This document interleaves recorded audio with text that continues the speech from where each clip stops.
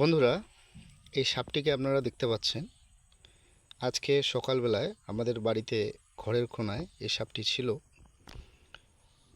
এই সাপটির নাম হচ্ছে কমন উলফ, বা বাংলায় যেটাকে বলি আমরা নেকড়ে সাপ।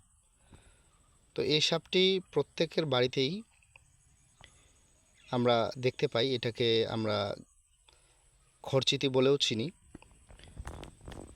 তো ঘরচিতি একটি প্রকার, এটা ক্রেট প্রজাতির একটি সাপ। তো দুই ধরনের হয়, একটা হচ্ছে কালাচ আর একটা হচ্ছে কমন উলফ, যেটাকে আমরা এই সাপটাকে আমরা যেটা দেখতে পাচ্ছি।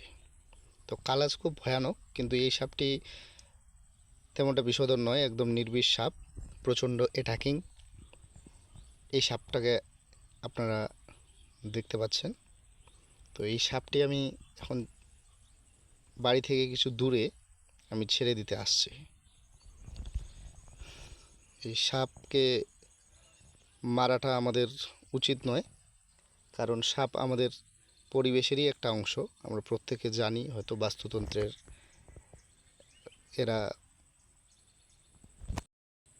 জীববৈচিত্র্যের ভারসাম্য রক্ষার জন্য এরা ভূমিকা রাখে। তো এদেরকে মারা উচিত নয়।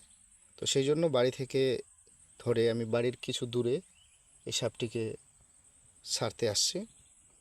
ঠিক আছে, এই যে চারিদিকে আপনারা দেখতে পাচ্ছেন খালি মাঠ, সামনে কোনো বাড়ি নেই। যদিও এটি নির্বিষ সাপ, তো বাড়ির পাশে ছাড়লাম না, বাড়িতে অনেকে ভীত সন্ত্রস্ত হয়ে আছে।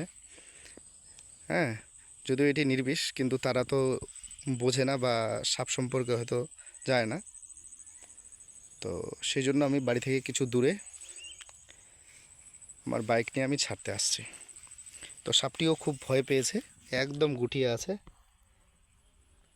তো চলো এবার সাপটিকে ছেড়ে দেওয়া যাক।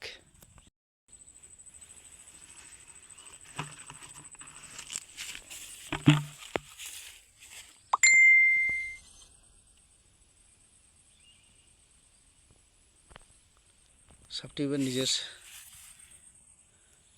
নিজেই চলে যাবে।